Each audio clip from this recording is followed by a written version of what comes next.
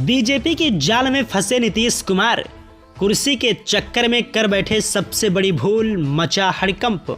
दरअसल आपको बता दें, बिहार की राजनीति फिलहाल इस वक्त बहुत उलझी हुई है।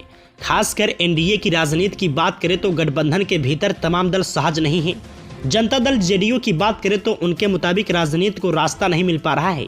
जेडीयू की इस असहजता को लेकर चर्चा यह भी है कि जेडीयू और भाजपा के मिलन का एक शर्त यह भी था कि लोकसभा और विधानसभा का चुनाव एक साथ हो।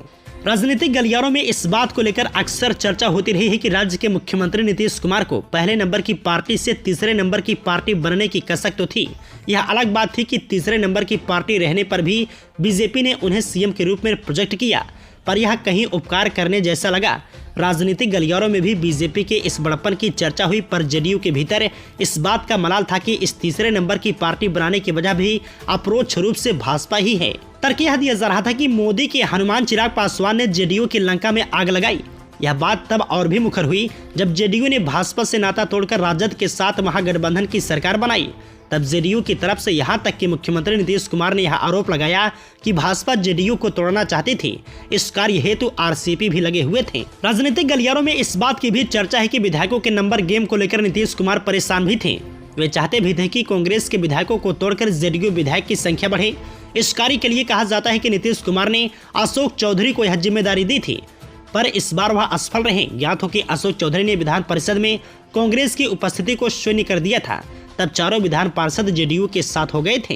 अब जेडीयू का एनडीए में आने की वजह क्या रही होगी और समझौते के बिंदु क्या क्या रहे होंगे, यह तो वे लोग ही जानते होंगे। लेकिन राजनीतिक गलियारों में इस बात की चर्चा जरूर हुई कि नीतीश कुमार लोकसभा और राज्यसभा चुनाव एक साथ कराना चाहते हैं। अब जेडीयू ऐसा क्यों चाहता था, उसके कई कारण भी हैं। पहली जरूरत तो यह थी कि जेडीयू तीसरे नंबर की पार्टी से छुटकारा चाहती है। दूसरी बड़ी बात यह है कि नरेंद्र मोदी के चेहरे और राम लहर में चुनावी बेड़ा पार भी करना चाहती है। लोकसभा और विधानसभा साथ साथ होने से 2029 तक नरेंद्र मोदी पीएम रहेंगे तो नीतीश कुमार भी अगले 5 सालों के लिए सीएम रहेंगे।